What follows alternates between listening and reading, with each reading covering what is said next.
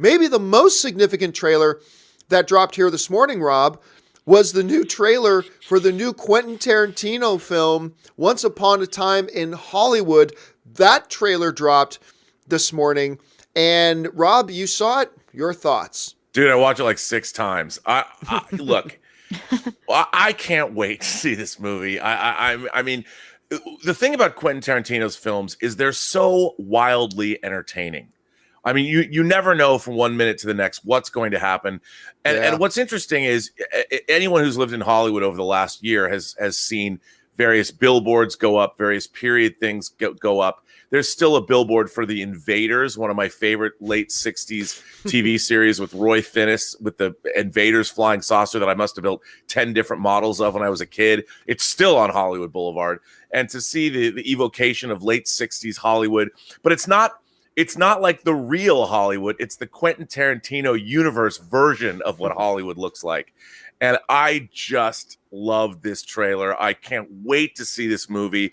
I really hope that Quentin Tarantino does not stop making films. He says famously he's going to make 10. This is his penultimate film. God, I hope not, because damn, does this look like a fun time at the movies.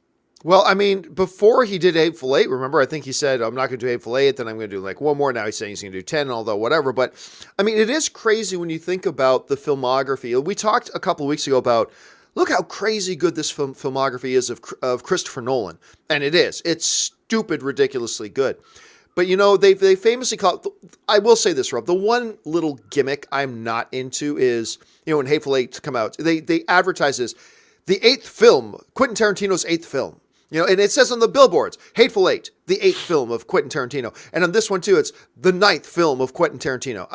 You could do without that, to be honest with you. But when you sit down and look at what Tarantino has done, I mean, the dude has just amassed this resume that is just crazy. So this, they're advertising as the, what are they advertising it as? They're advertising it as the 9th film of Quentin Tarantino. Okay, great. It's the 9th film of Quentin Tarantino, which is wonderful that they're doing that.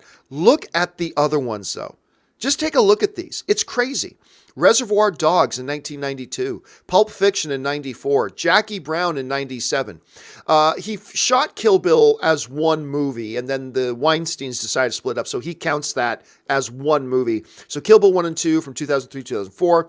They did Death Proof, a.k.a. Grindhouse, half of Grindhouse in 2007, Inglourious Basterds in 2009, Django, and Hateful Eight. And I'll be honest with you. I didn't think Hateful Eight was a bad film. I didn't think it was a bad film. I thought it was okay. And that movie, I think, is his worst movie. I think Hateful Eight is his worst movie. And even that is not a bad film. I mean, and then everything else is just like completely gangbusters. It's nuts. So you just look at that resume and then you slide into a Once Upon a Time in Hollywood.